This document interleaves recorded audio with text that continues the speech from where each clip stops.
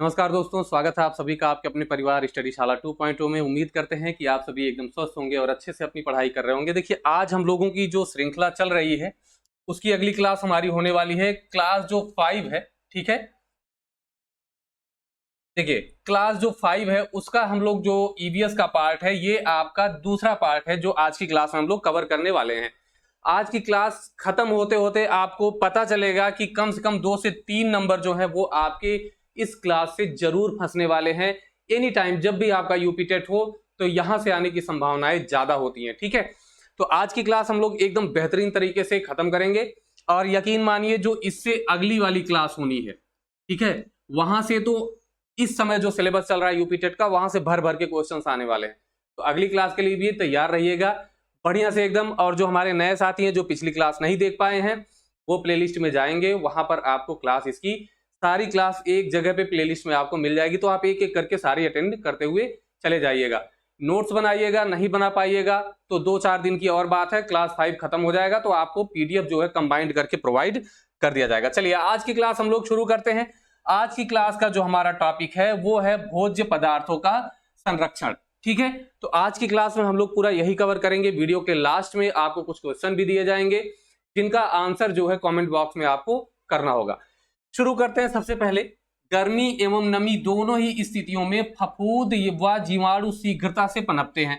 ठीक है, तो फफूंद और जीवाणु भोजन को संदूषित करना मतलब विषाक्त करना या जहरीला बनाने में सबसे ज्यादा योगदान किसका होता है? फफूंद और जीवाणु का। फफूंद मतलब जिसे आप क्या कहते हैं?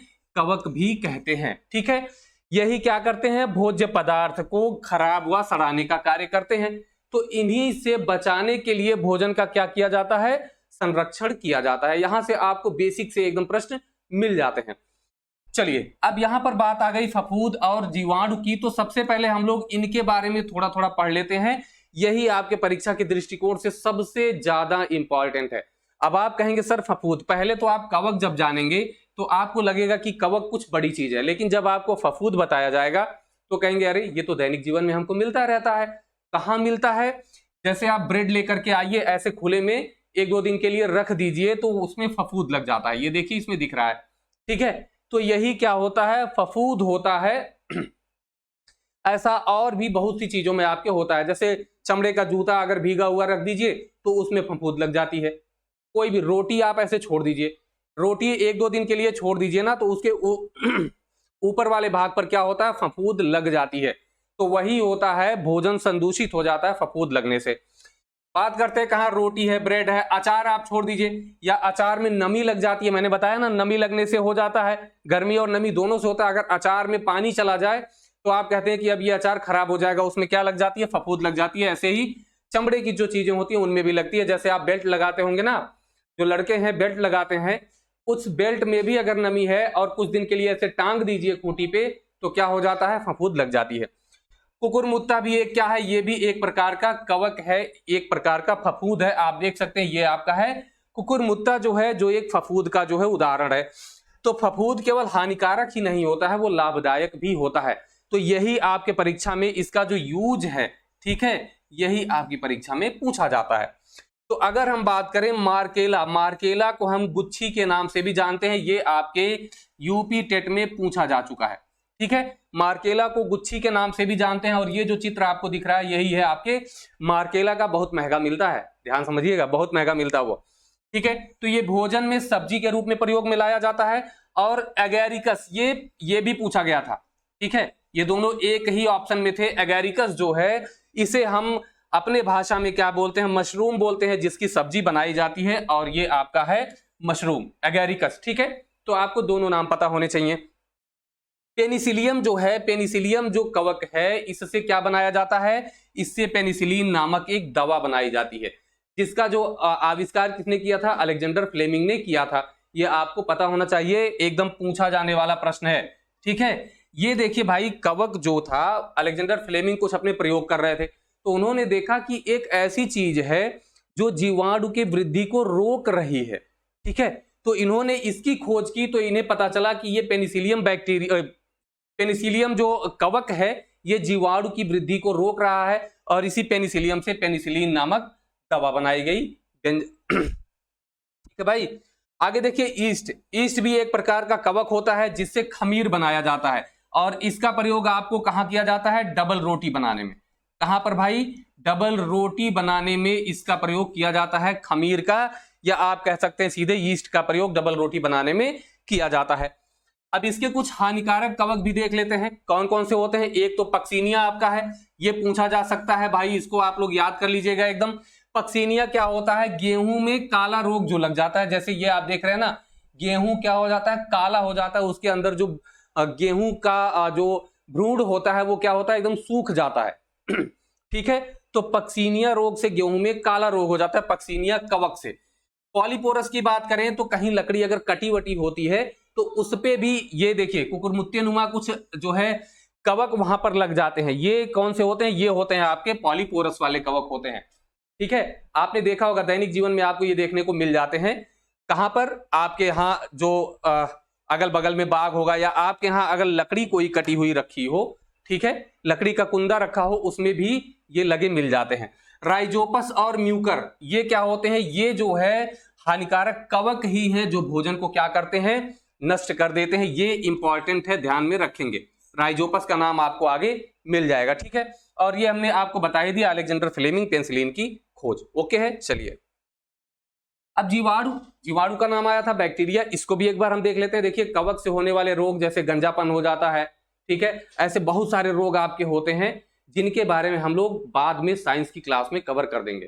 ठीक है, चलिए जीवाणु की बात करें तो एक कोशिकीय जो जीव होता है और केंद्रक नहीं होता है। ये इंपॉर्टेंट है कि इसके जो है कोशिका में केंद्रक नहीं होता है। एक जो शैवाल, देखिए इसके नाम में शैवाल आता है। क्या आता है? नाम में इसके शैवाल आता है। पहले ये शैवाल की कैटेगरी में रखा गया था, लेकिन फिर इसके गुणों की वजह से इसको निकाल करके कहां? जीवाणु की कैटेगरी में रख दिया, तो इसका नाम क्या हो गया? साइनोबैक्टीरिया, नील हरित शैवाल। ठीक है, पहली चीज तो ये इंपॉर्टेंट। किस जो है परिवार का है? तो ये मोनेरा परिवार का एक ही सदस्य है। कौन सा है? नील हरित शैवाल या साइनोबैक्टीरिया। ये भी आप ध्यान में रखेंगे। ये जो आपका जीवाणु है ये प्रकाश संश्लेषण करता है। क्या करता है भाई? प्रकाश संश्लेषण करता है, इंपॉर्टेंट है, ये आपसे प्रश्न पूछा जा सकता है। और बात करें तो इसमें एक क्लोरोफिल के जैसा ही वर्णक पाया जाता है। ठीक है, उसी की सहायता से ये क्या करता है? प्रकाश संश्लेषण की क्रिया करता है। ये नाइट्रोजन स्थिरीकरण का भी कार्य करता है। आप कहेंगे सर नाइट्रोजन स्थिरीकरण क्या है? तो वायुमंडल के ऑक्सीजन को क्या करना है? वो पानी में या फिर जो है मिट्टी में स्थिर कर देना, उसी को हम नाइट्रोजन स्थिरीकरण कहते हैं। कि मतलब जो आपके वातावरण का नाइट्रोजन है वो ले आके जल में या जो है भूमि में स्थिर करना। तो ये कहां पर करता है नाइट्रोजन का स्थिरीकरण? ये जल में, जल की सतह पर मिल जाता है आपको, या आप देख सकते हैं, तो वहां पर स्थिरीकरण कर देता है। और ये ज्यादातर कहां पर पाया जाता है? प्रदूषित जल में। कहां भाई? प्रदूषित जल में पनपता है। अगर प्रदूषित जल में पनपता है इसका मतलब क्या है? कि ये जल प्रदूषण को भी दिखाएगा। क्या करेगा भाई? जल प्रदूषण को भी दिखाएगा। मतलब अगर ये कहीं मिल रहा है तो आप समझिए कि जल क्या है? प्रदूषित है, ध्यान रखेंगे। चलिए आगे चलते हैं, कुछ लाभदायक जीवाणु देख लेते हैं। जैसे rhizobium, important, most important rhizobium आपका है। ठीक है, कैसे इंपॉर्टेंट है ये देख लेते हैं। चलिए, ये राइजोबियम क्या होता है? ये जो आपके दलहन की फसलें होती हैं, कौन सी फसलें होती है? दलहन की। दलहन की फसलों में कौन कौन सा आपको मिल जाएगा? चना मिल जाएगा, मटर मिल जाएगा, अरहर मिल जाएगा। और गांव में हम लोग जो चारे के रूप में एक बरसीम लगाते हैं। क्या लगाते हैं भाई? बरसीम लगाते हैं चारे के रूप में। वो भी क्या होता है? इसी के अंतर्गत आता है। इनकी जड़ों में गांठ होती है और उसी गांठ में क्या पाया जाता है? राइजोबियम पाया जाता है। आप जो मटर का या चने का पौधा उखाड़ लीजिए और उनकी जड़ देखिए, उनकी जड़ में गांठ होती है। ठीक है, गांठ कैसे होती है? ये ऐसे उनकी जड़ होगी, तो ये देखिए छोटी छोटी गांठें हैं ना, ये गांठ में राइजोबियम नामक जीवाणु पाया जाता है, जो नाइट्रोजन, आपके वातावरण के नाइट्रोजन को सोख लेता है और उसको किस में बदल देता है? नाइट्रेट और नाइट्राइट में बदल देता है, और वो भूमि में क्या कर देता है? उसको लौटा देता है, स्थिरीकरण कर देता है। ठीक है, तो वायुमंडल से नाइट्रोजन का स्थिरीकरण किसके रूप में होता है? नाइट्रेट और नाइट्राइट के रूप में होता है, और इसी को हम क्या कह देते हैं? नाइट्रोजन स्थिरीकरण कह देते हैं। कौन करता है? पहले आप ध्यान रखेंगे राइजोबियम करता है। उसके बाद अगर हम बात करें, ये तो जड़ में पाया जाता है, एक है एजेटोबैक्टर। क्या है भाई? एजेटोबैक्टर है जो स्वतंत्र रूप से मिट्टी में रहता है, इसको जड़ की जरूरत नहीं पड़ती है। ठीक है। एक और आपका क्लास्ट्रीडियम। क्या है? क्लास्ट्रीडियम। ठीक है। ये भी आपका स्वतंत्र रूप से पाया जाता है मिट्टी में और नाइट्रोजन का स्थिरीकरण करता है। ये दोनों आपके एक ही कार्य करते हैं। क्या करते हैं? नाइट्रोजन का स्थिरीकरण। मेन चीज तो ये है कि ये स्वतंत्र रूप से मिट्टी में पाए जाते हैं। ठीक है, ओके है। चलिए, अब एक और है आपका साइनोबैक्टीरिया, अभी जो मैंने बताया नील हरित शैवाल। इसके कुछ ऐसे नॉस्टाक है, एनाबीना है, साइटोनिमा है, ये जो होते हैं ये भी एक तरीके के साइनोबैक्टीरिया नील हरित शैवाल होते हैं। इनका प्रयोग कहां किया जाता है? धान की खेती में उर्वरक के रूप में किया जाता है। ध्यान दीजिएगा, धान की खेती में उर्वरक के रूप में किया जाता है। मतलब ये धान के पौधे में पाए नहीं जाते हैं, बल्कि उनके खेती में उर्वरक के रूप में इनका प्रयोग किया जाता है। ध्यान रखेंगे। सबसे जरूरी, ठीक है, ये वाला प्रश्न आपका, दूध से दही बनाने में कौन सा जीवाणु कार्य करता है? तो आप कहेंगे सर लैक्टोबैसिलस। ये तो हमने पढ़ रखा है, एकदम रट रखा है। प्रक्रिया कौन सी होती है दूध से दही बनने की? तो आप कहेंगे सर इसको हम कहते हैं किण्वन। क्या कहते हैं भाई? किण्वन कहते हैं। ये क्या करता है? ये जो है दूध को दही बनाने का कार्य करता है। लैक्टिक एसिड का नाम आपने सुना होगा, जो कि दूध में रहता है। ठीक है, तो लैक्टोबैसिलस उसी से बन जाता है जीवाणु। ओके है। चलिए, स्पाइरुलिना भी एक प्रकार का क्या है? आपका जीवाणु है। आप देख सकते हैं इस तरीके का कुछ होता है, जैसे चित्र रहता है तो थोड़ा सा ज्यादा दिमाग में बैठता है। ये भोजन के रूप में इसका प्रयोग किया जाता है और प्रोटीन का सबसे बेहतर स्रोत माना जाता है स्पाइरुलिना। ठीक है। थायोबैसिलस, ये देखिए, आप इसका पूरा नाम अगर नहीं याद कर पा रहे हैं, थायोबैसिलस डिनोस्ट्रिफिकेंस अगर नहीं याद हो रहा है, तो आप केवल थायोबैसिलस याद रखिए। ये क्या काम करता है? ये राइजोबियम और एजेटोबैक्टर जो है इसका उल्टा काम करता है। क्या करता है? उल्टा। वो नाइट्रोजन का नाइट्राइट बना के पृथ्वी मतलब मिट्टी के अंदर जो है स्थिर करते हैं, और ये क्या करता है? नाइट्रेट और नाइट्राइट को क्या करता है? अमोनिया में बदल देता है। क्या करता है भाई? अमोनिया में बदल देता है। जब अमोनिया में बदल देगा तो मिट्टी में नाइट्रोजन की कमी आ जाती है, जिससे उसकी उर्वरा शक्ति क्या हो जाती है? कम हो जाती है। आप देखते हैं कि नाइट्रोजन जो होता है वो पौधों के विकास में बहुत ज्यादा योगदान करता है। जब आप यूरिया डालते होंगे ना खेत में, यूरिया में देखिए तो उसमें नाइट्रोजन बहुत अधिक मात्रा में होता है। इसीलिए होता है क्योंकि पौधों के विकास में सबसे ज्यादा योगदान उसका होता है। अब देखिए, हम लोग भोज्य पदार्थ का संरक्षण पढ़ रहे थे, तो इसमें कुछ विधियां इसकी हैं, उसको देख लेते हैं। पहली विधि है सुखाना या निर्जलीकरण करना। निर्जलीकरण आप जानते हैं, निर्जल, बिना जल के। तो जल आपका क्या करना है? इस जल को निकालना है, मतलब नमी को निकाल देना है। कैसे निकालेंगे? धूप में सुखाकर। धूप में सुखाते हैं तो उसकी जो नमी होती है उसका वाष्पीकरण हो जाता है, और वाष्पीकरण होने से क्या होता है? जब नमी खत्म हो गई तो जीवाणुओं, कवकों की वृद्धि के अवसर जो है कम हो जाते हैं। जैसे आप देखते हैं गांव में गेहूं धान इस तरह सुखाए जाते हैं। अचार के लिए गोभी, मूली, उनको कद्दूकस में कस के ये सुखाया जाता है। तो सुखाए जाने से इसकी नमी निकल जाती है और ये कुछ लंबे समय तक क्या किए जा सकते हैं? सुरक्षित रखे जा सकते हैं। आप इसका क्या करते हैं? अचार बना लेते हैं, और भी चीजें करते हैं। और भी जैसे पापड़ है, चिप्स बनाते हैं, दाल को सुखा लेते हैं ताकि लंबे समय तक रखा जा सके। ठीक है भाई। दूसरी विधि है प्रशीतन। तो मैंने ये शब्द इसलिए आपको दिया है क्योंकि आपके जब प्रश्न में पूछा जाएगा, पेपर में आएगा, तो ये प्रशीतन करके ही आएगा। ये ठंडे स्थान पर रखने ऐसे करके नहीं आएगा। तो प्रशीतन, शीतन है ना, तो शीतन मतलब शीतल, ठंडा। तो ठंडे स्थान पर रख करके ये वाली विधि अपनाई जाती है। जैसे दूध है, दही है, पकी हुई सब्जी है, उसको आप क्या करते हैं? फ्रिज में रख देते हैं, तो ये कुछ समय के लिए बची रह जाती है, खाने योग्य रह जाती है। ठीक है। तो कहां कहां? रेफ्रिजरेटर में, प्रशीतन गृह जिसे आप कोल्ड स्टोरेज कहते हैं, वहां पर सुरक्षित रखी जाती है। जैसे आलू के सीजन में तो आलू आप खा सकते हैं, लेकिन जब आलू का सीजन नहीं है तो क्या करेंगे? तो कोल्ड स्टोर में रख देते हैं, वहां से निकाल करके मिल जाता है। मटर के साथ भी सेम यही चीजें होती हैं, गोभी के साथ भी यही चीज होती है। तो प्रशीतन गृह में रखे जाते हैं। अगली विधि है उबालना। उबालने का मतलब यह है कि देखिए, अधिक ताप में और कम ताप में जीवाणु नष्ट हो जाते हैं। ठीक है। यदि उनको नमी मिलती है तो वो पनपते हैं, है ना। तो अधिक तापमान पर जीवाणु नष्ट हो जाते हैं, इसीलिए हम क्या करते हैं, दूध को उबालते हैं, ठीक है। तो इससे उसके अंदर के जीवाणु क्या होते हैं भाई, नष्ट हो जाते हैं। रासायनिक पदार्थों का प्रयोग करके, अभी तक तो जो आपने देखा वो ऑप्शन में आपको देगा कि निम्न में से कौन सी विधि है जिससे हम भोज्य पदार्थों का संरक्षण करते हैं, तो उसमें कोई अलग दे देगा एक। लेकिन ये इंपॉर्टेंट है, यहां पर आपको रसायन का नाम भी पूछ लेगा कि बताइए भाई कौन सा रसायन का प्रयोग करके। तो सबसे ज्यादा आपसे ये पूछने की संभावना होती है सोडियम बेंजोएट। तो सोडियम के जो देखिए सोडियम बेंजोएट है, एक है सोडियम मेटाबाइसल्फाइट है और एक पोटेशियम मेटाबाइसल्फाइट है।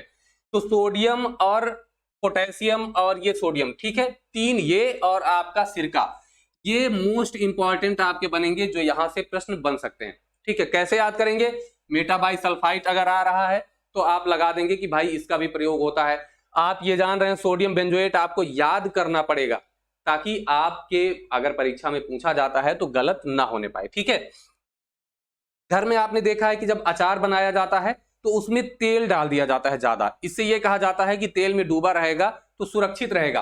तो तेल भी किसका कार्य करता है, ये भी एक संरक्षक का कार्य करता है।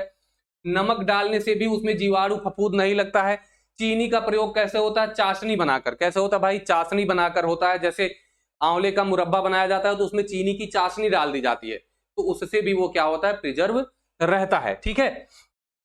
अचार बनाने में, सिरका बनाने में, मुरब्बा बनाने में इनका प्रयोग होता है, आपको पता है। कैनिंग, कैनिंग का क्या अर्थ होता है, ये अगला है कैनिंग।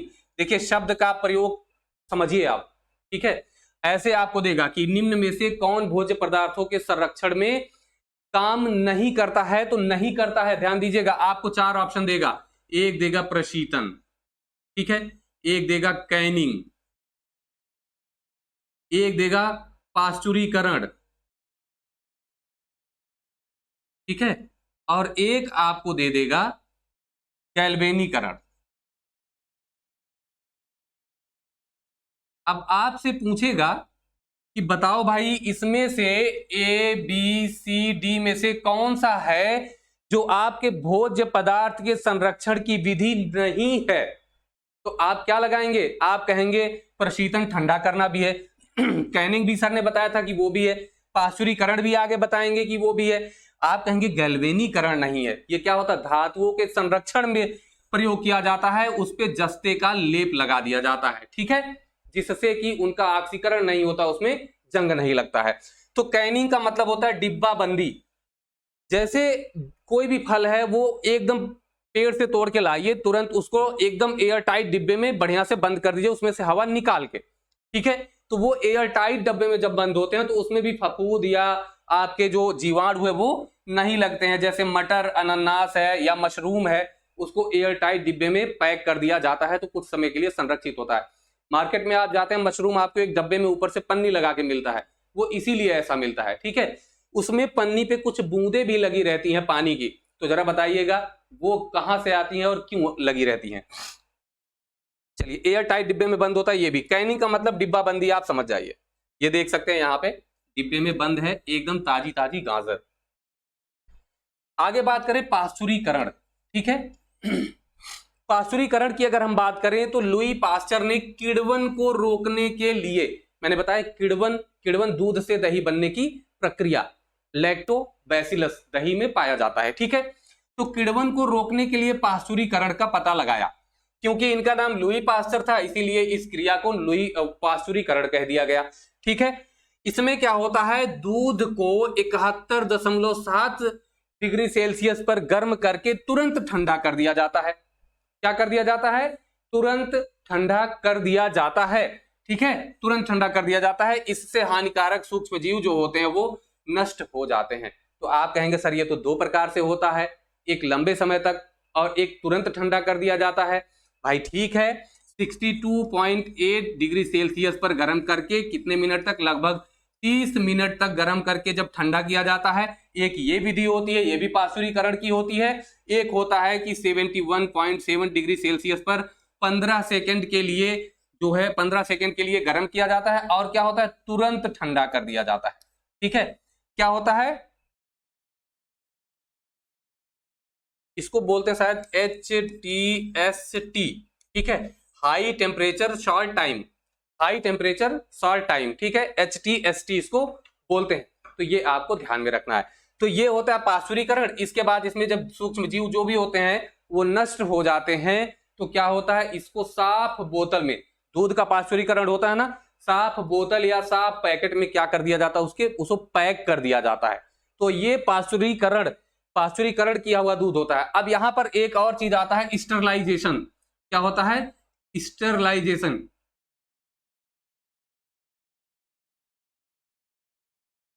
स्टरलाइजेशन का मतलब ये होता है, ये पाश्चुरीकरण और स्टरलाइजेशन अलग है, ठीक है। स्टरलाइजेशन करने की प्रक्रिया ही पाश्चुरीकरण हो जाती है। स्टरलाइजेशन का मतलब होता है विसंक्रमण करना, विसंक्रमण, संक्रमण से बचाने को स्टरलाइजेशन कहते हैं। तो कभी अगर आपसे पूछे दूध से दही बनने की प्रक्रिया किण्वन हो जाती है, लेकिन किण्वन को रोकने के लिए तो आप पाश्चुरीकरण लगाएंगे, ना कि विसंक्रमण, ठीक है। तो ये आपके समझ में आया। अब हम कुछ क्वेश्चंस को सॉल्व करते हैं। चलिए, अगर ये आपको एकदम क्लियर दिख रहे हो, थोड़ा सा हम जूम कर लेते हैं।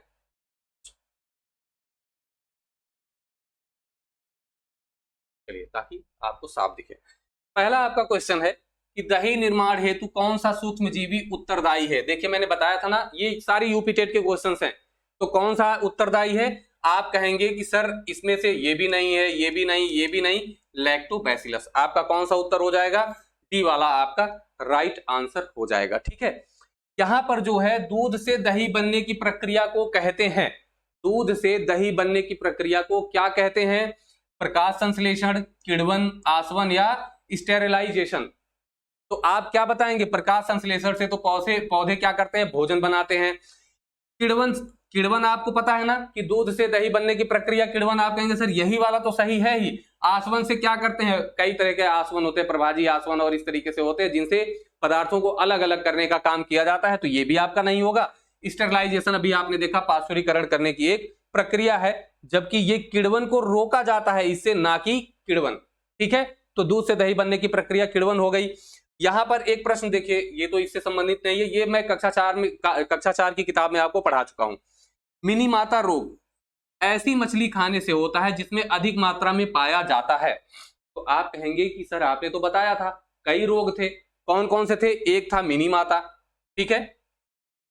मिनीमाता जो है ना, ये 1950 के आसपास में जापान का एक शहर है मिनामाता, वहां पर फैला था बहुत तेजी से। क्यों फैला था, क्योंकि समुद्र में पारा जो एक धातु होती है ना, पारा के रिसाव के कारण मछलियां क्या हो गई थी, इन्फेक्टेड हो गई थी। उन्हीं मछलियों को खा करके जापान में ये मिनीमाता रोग बहुत तेजी से फैला। उस रोग का नाम उसी मिनामाता शहर के नाम पर ही मिनीमाता रखा गया, ठीक है।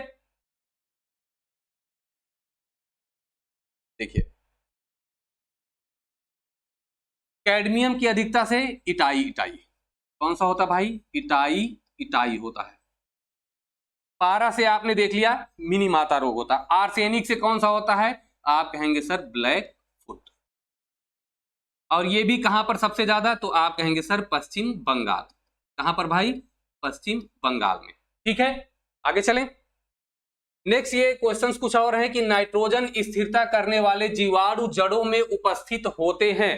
तो किसके जड़ में उपस्थित होते हैं, बताइए भाई, गेहूं में, धान में, दलहन में या उपरोक्त सभी में। तो आप कहेंगे कि सर आपने बताया था कि दलहन में पाए जाते हैं। तो जितनी दालें होती हैं उसमें पाए जाते हैं, जैसे चना, मटर, इन सब की दालों में ये पाए जाते हैं। तो आपका सी उत्तर सही हो जाएगा। निम्नलिखित में कौन सा खाने योग्य कवक है भाई, खाने योग्य कौन सा कवक है। तो पक्सीनिया क्या है, देखिए एगेरिकस क्या होता है, एगेरिकस आप कहेंगे कि सर ये होता है मशरूम। तो आप कहेंगे कि यही तो खाने वाला है। तो आपका पहले ए सही हो गया, पहली चीज। पक्सीनिया से क्या होता है, पक्सीनिया से गेहूं में काला रोग होता है, ये आपको ध्यान में रखना है। म्यूकर और राइजोपस क्या होते हैं, ये खाने को क्या करते हैं, खराब कर देते हैं। मैंने अभी आपको बताया था, ठीक है। तो म्यूकर और राइजोपस जो है खाने को खराब कर देते हैं। अगला है स्वतंत्र रूप से भूमि में रहने वाला अवायवीय जीवाणु। जिसमें नाइट्रोजन स्थिरीकरण की क्षमता होती है। ठीक है, मतलब भूमि में रहे और क्या करे भाई, वो नाइट्रोजन का स्थिरीकरण करे। तो अब स्वतंत्र रूप से होना चाहिए था ना, यहाँ अवायवीय है और भूमि में रहने वाला है। तो यहां पर आप देखिए यूपी टेट में ये पूछा गया था, क्लास्ट्रीडियम ये भी है और एक और है एजोटोबैक्टर ये भी है, ये दोनों ऑप्शन सही हैं। ठीक है, विब्रियो कॉलेरी ये कॉलरा के लिए होता है, ये भी नहीं है। राइजोबियम आपके जड़ में होता है ना कि मिट्टी में स्वतंत्र रूप से, तो ये भी गलत हो जाएगा। तो ये दोनों ऑप्शन उसमें ए और सी दोनों सही होने चाहिए थे। वैसे शायद पीएनपी ने ए ही सही माना था, फिर भी आपको दोनों पता होने चाहिए। नेक्स्ट टाइम अगर ऐसे क्वेश्चंस आते हैं तो एक ऑप्शन आप दोनों में से कोई भी लगाएंगे तो वो सही होगा, आप आपत्ति भी कर पाएंगे इस पे। ठीक है, तो आज की क्लास कैसे लगी कमेंट बॉक्स में जरूर बताइएगा। आज की क्लास यहीं पर समाप्त होगी, फिर मिलेंगे नेक्स्ट वीडियो में। तब तक के लिए नमस्कार, धन्यवाद, जय हिंद।